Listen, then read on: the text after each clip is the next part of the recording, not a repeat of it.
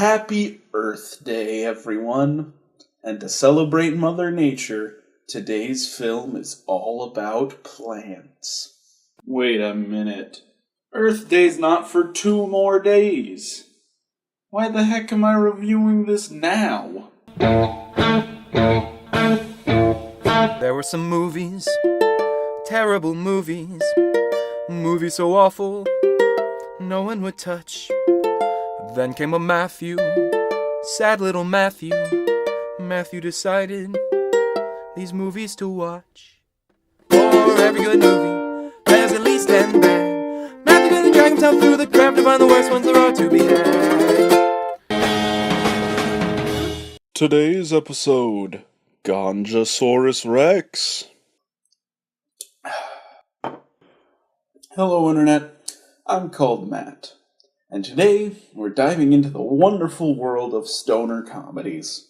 I must just have a thing for obscure passion projects made on not much money. 9 Minutes, Maze the Movie, Fateful Findings. There's something very genuine about a film someone had to go out of their way to make. And that's certainly the case with this 1987 Godzilla parody. The film was directed by Ursi Reynolds and written by 12 people. Remember, folks, it only took 3 people to write Axe Giant Wrath of Paul Bunyan, but 12 to write Ganjasaurus Rex. Credited writers include a story writer, the director, and the 10 credited actors.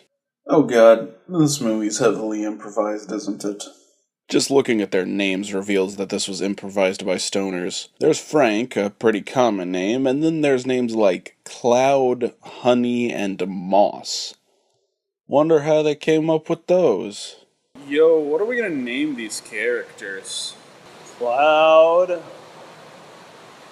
Moss, Honey, Righteous. And guess how many of these people have a credit on a movie other than this? This is the entire film career of some people. Brief aside, but can we stop doing the whatever-asaurus Rex? It's not cool anymore. Give me a Ganja Raptor or a Paganja Dactyl. I also can't imagine Ganjasaurus Rex being easy to say or even remember while high. It's a stoner comedy, stick to 1 or 2 syllable words. We learn via a splash screen that the film takes place on the lost coast of California. Ah yes, it's unfortunate what happened to California that day it sunk to the bottom of the sea. Truly, the California coast is lost forever. They also make sure to tell you it's California, USA, in case you thought it might be the other California.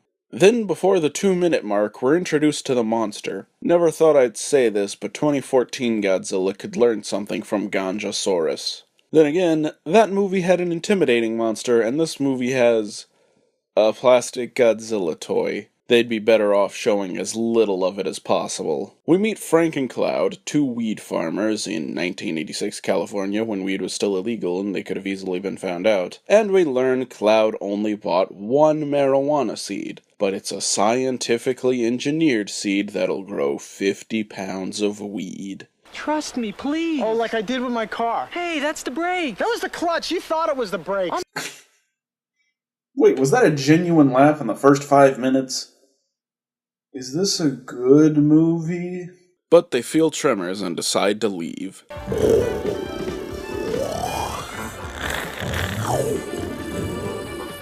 Whoa! Top-notch sound effects, guys.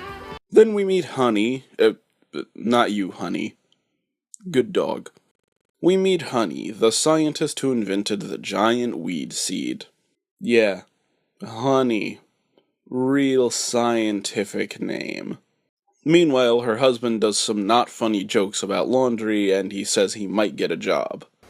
Moss, this is an economically depressed area. There's no jobs around here. Yeah, sure looks economically depressed, what with all the hip, pot-growing, dream-catcher-having white people in their suburban homes. Where would we be without marijuana? We'd be straight. Yeah, come on. Mike Pence says marijuana makes you gay. 3 plants, Moss. We're not being greedy. You're right. I hate greed. I love money, but I hate greed. Damn it, was that another funny joke? Stop that. Then they get dressed in camouflage to plant their devil lettuce. Weird, it's like weed makes you paranoid or something. Cut back to Cloud and Frank, and they got a lot of dirt for one plant, even if it is supposed to be a super weed tree. Then there's a goofy weed planting montage, after which we're treated to an anti-marijuana rally, where it's clearly an empty room and they're just pretending to talk to people. So, like most anti-marijuana rallies, really. Also, this footage is really poorly preserved, but I think this guy might be Ted Cruz, especially since he can stand by silently as someone says this. I'd just like to ask you, what is your name, honey? Where do you get your statistics anyway, sweetheart? These are the kind of fabrications brought up by pot farmers. About our fine organization? These people are intellectual mutants left over from the 60s that if they're allowed to... Sorry, we're out of time. Then Honey and Moss argue about whether or not they'll get busted. Then Frank and Cloud argue about whether or not they'll get busted. Feels like maybe one of these two couples is extraneous. Then Ganjasaurus Rex shows up and attacks a helicopter carrying some confiscated kush. And wow, more like beer gutosaurus. Look at that fat fuck. Then we cut to a scientist giving a lecture on prehistoric species, and that is straight up Godzilla. Not even hiding it. Hey look, it's all the people who saw this film. Oh wait, that means I'm that kid. From here we learned that the Ganjasaurus Rex lived in a time where giant weed trees were common, and an egg got preserved in petroleum. And it looks like I'm off the hook, because another guy walks in. Cassandra, this is E. Edwin Cromwell III. Pleased to meet you, Mr. Cromwell. Cromwell? Like Oliver Cromwell? Lord Protector of the Commonwealth of England? That's pretty esoteric for a stoner comedy. So E. Edwin Cromwell III, Lord Protector of the Ganjasaurus Rex, tells Professor Sprague he's prepared to finance his research based on the recent Ganjzilla sightings. But when the sightings make the news, our heroes get concerned, so Frank and Cloud go to check on their wacky tobacco. The rock! The rock's gone! What happened to the rock?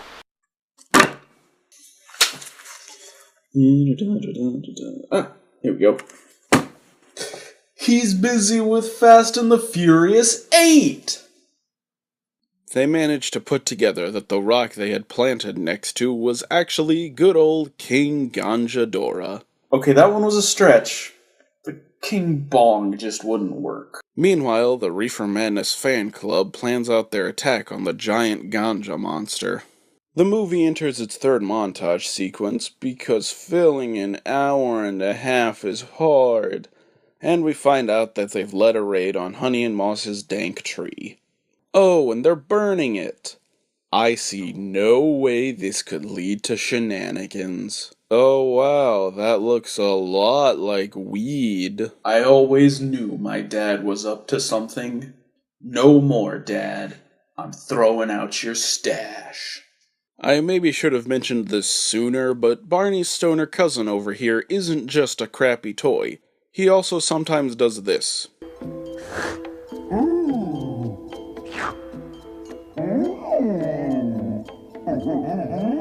He attacks the city, and I'm not sure if people are overreacting or underreacting. Although they do slip in another funny joke.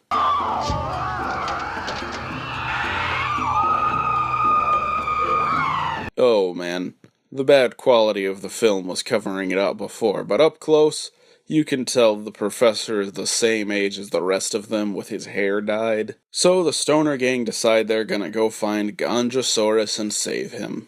If they turn into giant stoner Voltron, I will give this movie a perfect 10 out of 10. So Frank brings one of his giant buds to the police to use to draw the monster away. Then the professor shows up and says the scientific weed tree Honey came up with was a real tree that was very common in the days when the Earth was ruled by the Ganjasaurus Rex. I'd dispute this, but up to this point I've said nothing about a giant weed-smoking dinosaur, so we'll say suspension of disbelief. But the bud plan doesn't work, so they switch to plan B, playing his own voice back at him. It doesn't work. Hasn't it ever occurred to you?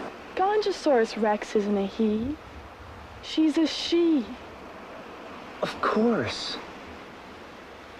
I'm certain this is the case. Cassandra, you're a genius.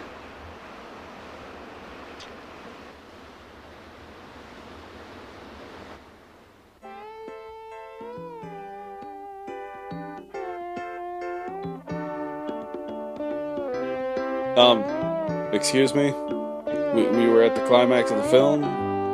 Do you maybe want to show us you finished the film? Oh, okay, we're back. Yeah, that works, and I think they literally just filmed the rap party for the end of the movie. One guy says he's there to make sure they don't violate Godzilla copyright. I'm sure Toho is real concerned about this stoner comedy that was probably made for just this group and never intended to see the light of day. But it is pretty funny. Way to go out on a high note. No pun intended.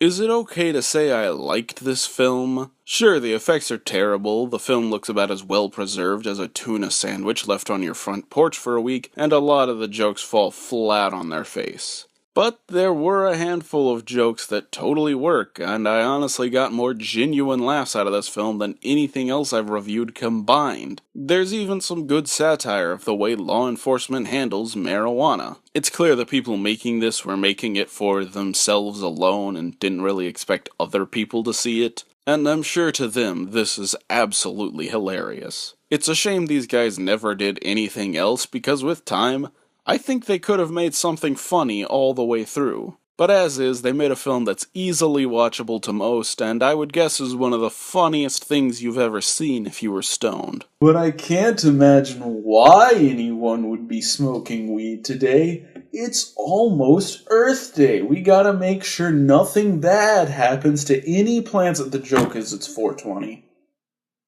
I haven't smoked weed before. It's still illegal where I live.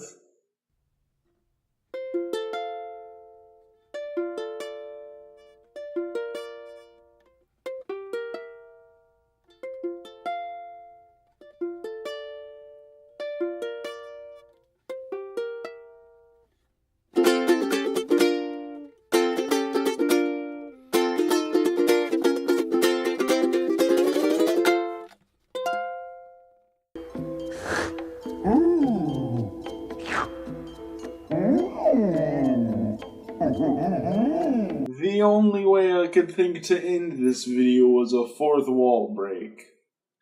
Haha, this movie's funnier than I am.